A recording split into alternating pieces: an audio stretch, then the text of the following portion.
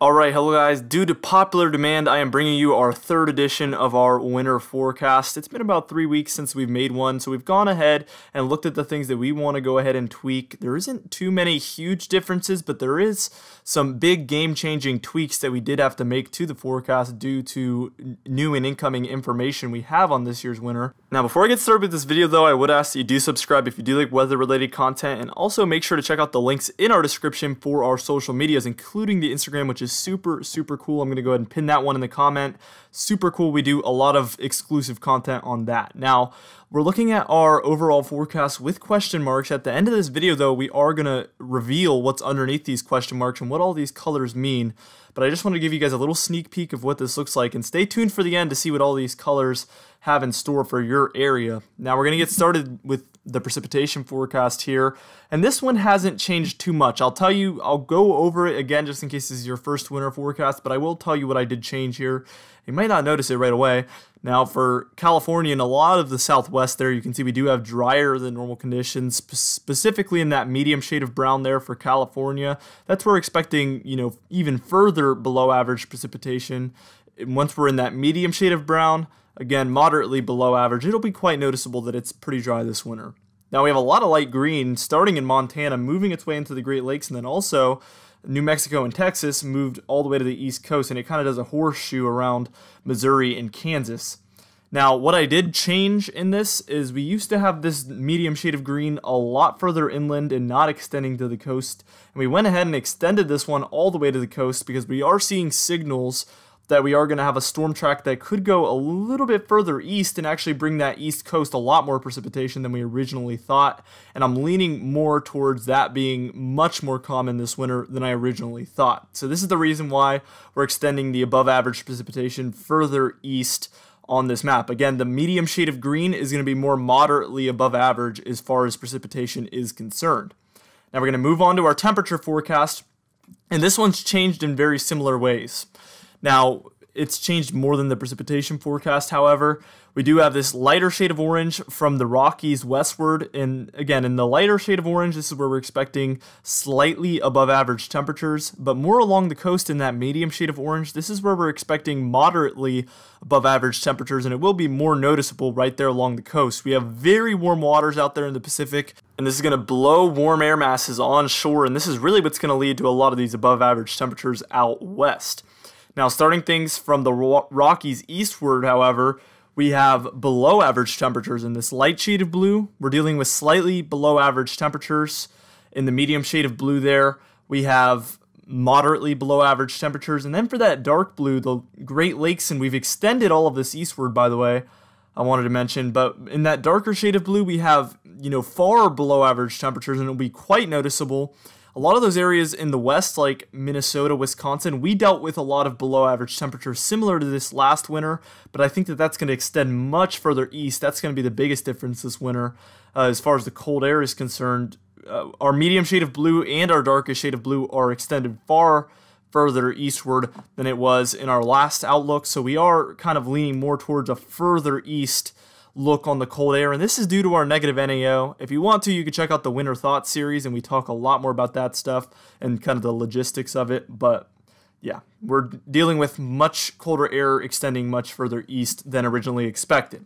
Now we're about to move on to our snowfall forecast, but before I do that, we are going to be featuring our 3 winners of the comment section competition that we had on last winter forecast at the end of this video, and we're going to be doing another one on this video. Now, to enter into the random drawing, all you have to do is subscribe to the channel, like the video, and comment your city and state, and I might give you a written forecast, but also you'll be entered into the drawing of 3 random people to be featured in next winter forecast. So go ahead and do that. Pause the video and do that. Now, we're going to move on to our snowfall anomaly forecast here, and you can see, obviously, west of the Rockies, we're going to be dealing with slightly below average snowfall for pretty much everywhere in there, just because of the drier conditions and warmer air. This is obviously going to lead to a little bit less snowfall than we normally expect. But in our areas with above average precipitation or slightly above average precipitation, the Montana area all the way into the Great Lakes, and then Texas all the way to the East Coast, we're going to be dealing with slightly above average snowfall. Now, Obviously, South Florida doesn't get snowfall, but I just went ahead and drew in everywhere that's going to be having below average temperatures and above average precipitation, even though you might not see snowfall. Now, our medium shade of blue has moved further east. It extends from Ohio and Tennessee all the way east to the East Coast, and it didn't extend all the way to the East Coast in our first couple of updates, but now we are moving this further east, just like everything else, a little bit with that moderately above average snowfall. Now, also, we have this darker shade of blue, and this is where we're expecting much above average snowfall for a lot of that interior Northeast, interior Mid-Atlantic. All of these areas are going to be experiencing much above average snowfall. Now, we're going to be moving on to a new segment here where we're going to be talking about the different storm tracks for this winter. Now, this is a really cool graphic. You can see it has that line that shows you where the storm tracks. On this one, it's the pink one. And then in our darker shade of blue there, we have moderate snowfall. And then outside of that, in the lighter blue, we have light snow or snow showers. This first one is the Alberta Clipper. This one might be pretty common. And this is a lot of the reason why we have above average precipitation for the northern United States. This one's going to track in through Montana, then down through some of those middle plains into the Great Lakes, and then back up into the Northeast. And this will bring, a good 2 to 6 inches of snow from North Dakota through the Great Lakes. And obviously it varies with where the storm tracks, and that everything moves south, everything can move north. It all depends on where it tracks, but this is kind of just a general track of what it can take and what it commonly takes. Now, our second one is Miller B Nor'easter. You notice the first half of this storm is very similar to that Alberta Clipper track, but it does move eastward, and actually, instead of going inland through the Northeast, it goes out to sea through Virginia, Maryland, Delaware, and then it brings icy conditions to a lot of those regions. And then south of you experience rain there for southern Virginia, northern North Carolina. Much of, areas to the south of the storm track likely will see rain. Areas to the north, though, we can expect heavy snowfall onshore depending on where this storm tracks. Again, you can be expecting heavy snowfall to the north of the storm track, and I'm noticing that the snowfall is spelt with one L instead of two, and that's unfortunate. Sometimes when I type in my computer, it twice really fast, it instead just puts one because I'm typing too fast. So that's why that sometimes happens, where I misspell things like that, and I apologize for that. Now, storm track number 3, this is Miller A Nor'easter. So this one actually starts in the Gulf of Mexico and moves northward over the entire East Coast, and you can see for the southeast, that means a lot of rainy conditions there. And then as you move a little bit further north and inland, you get icy conditions there, and then heavy snowfall inland and in the New England states there. You can see very heavy snowfall. These are the type of storms that can possibly bring blizzards for a lot of those areas in the Northeast and the interior Mid-Atlantic. We see these storms consistently bring very, very big snowfalls, and it just depends on how many of these we see this year, which obviously can't be forecasted, but I do think that it is very possible with that negative NAO setting up that we will see some big nor'easters this winter. It is very possible. Now, your fourth and final storm track, we have Appalachian Runner. This one is a more inland track, and we saw a lot of this last winter. Looks familiar.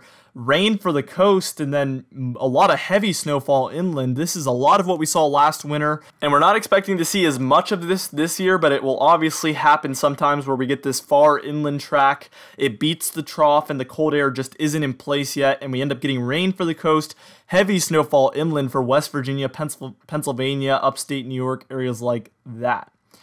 Now, here's all your storm tracks on screen here. You can see this is where all the tracks go. I just wanted to show all of them so you can see we are expecting a lot of activity there for the Northeast and the New England states as far as snowfall. Obviously, these will be further east, further west, further south, further north sometimes, but these are the general average tracks of all of these types of storms that we see pretty commonly during most winter seasons.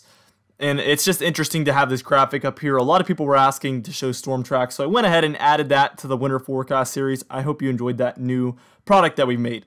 Now, for the moment of truth, we are bringing you the overall forecast. Big changes here. We're going to be moving from west to east, breaking down all of these areas. Starting off in California, more dry than normal. You saw that on the precipitation forecast, and it will be quite noticeable that it's going to be a pretty dry winter. Now, to the east of you, warmer than normal conditions for a lot of the western United States, specifically west of the Rockies. And for the Rockies, mountain snow, as always, can't really expect those to ever not be the case with those high elevations. We always see that mountain snow, and it is still going to be very, very common this winter. Now, To the east of you, cold at times. It's going to be kind of flip-floppy here. I expect more cold than warm, but it could warm up at times. But we're going to see these big troughs move in and be pretty brief for you guys in that area. Now to your south, flip-flop pattern. This one's going to be like 50-50, wet at times, warm at times, dry at times, cold at times, all over the place for this region. And flip-flop is a really good description for that. Now, east of you, cool and wet for the southeast. You saw that on a lot of the storm tracks. We could be dealing with more rain than we're normally used to, but it's going to be pretty cool. Not a lot of snow for this area, but pretty cool and wet. Now, to the south of you in Florida, obviously probably won't be too cool for the southern half of Florida. Probably more just wet than anything and pretty average as far as temperatures. Now, to the north of these regions, we're expecting that winter battle zone to set up somewhere in there. And that's going to bring a lot of mixed events, you know, starting out as snow, moving over to rain, sloppy storms. Never really purely snowstorms, and a lot of rainstorms for this area without any snow. But for the most part, your winter storms will be more of a mixed event than anything. Now, to the northwest of that, we see the Arctic blast region. This is where the coldest of the air is going to set up as these troughs move in. Very, very potent cold air extending pretty far south, further south than last winter, that is. And it's going to be very similar to 2014 to 2015 at times, I believe. And we could see that polar vortex return. It's, you know, never safe to say that for sure, but it is possible that we do see conditions where you'll see on the news, oh, polar vortex is coming in, and it's going to be quite cold for this Arctic blast region. To the north of you, Clippers for that North Dakota, Montana, Minnesota region. Very, very frequent, quick snowstorms that bring 2 to 4 inches of snow. Obviously, you get a lot of snow for this area, but no huge snowstorms likely during these Clippers. It's going to be very small, very quick, very frequent snowstorms for this region. Now, we're expecting average lake effect snow in these blue regions, not too far below or above average at this point. Not expecting either of those. We're expecting quite close to average lake effect snow. Now, in this white region, that's where we're expecting our worst of winter from West Virginia up through Pennsylvania and then into the New England states, specifically the inland New England states, but we have extended this further east to include a lot of Connecticut, Massachusetts, and coastal Maine, all of New Hampshire as well. This is where the worst of winter looks to set up, and very frequent snowstorms. You saw it on those storm tracks. Almost all of those bring snow to these regions. And then to the south of you, big coastal storms for this red region.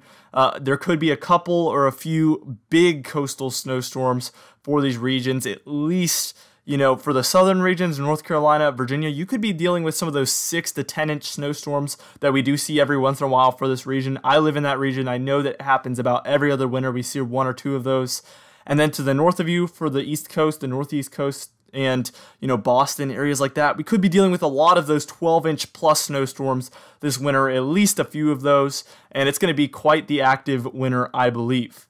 Now, thank you so much for watching, guys. I am going to show you guys those comments that won the competition last time. Again, enter yourself into the competition in this video, and in next winter forecast, you could be featured in that one. Now, starting out, Gary's Granite said, Granite, Oregon, great channel, thanks. He's our first winner. I'm assuming it's a he. Thank you so much for commenting, and congratulations, you won the random drawing. Now, there was 2,000 comments, so these people are extremely lucky to be featured in this. That it's a 3 in 2,000 chance, so very, very lucky here. Catherine said, one of the best and most accurate channels on YouTube. I live in Vermont, and we always get a ton of snow. Congratulations, you got 4 likes, so you were towards the top, and I ended up seeing your comment. Very, very lucky there. And then Cheryl Storer said, great forecast. I live in Hillsboro, Ohio. And that one was actually came out 2 weeks after, or a week or 2 after the forecast came out. So it was very fortunate that I saw that one. Again, comment down below and you could be featured in next winter forecast. Thank you so much for watching and have a great couple of weeks until I see you guys next time for our next winter forecast.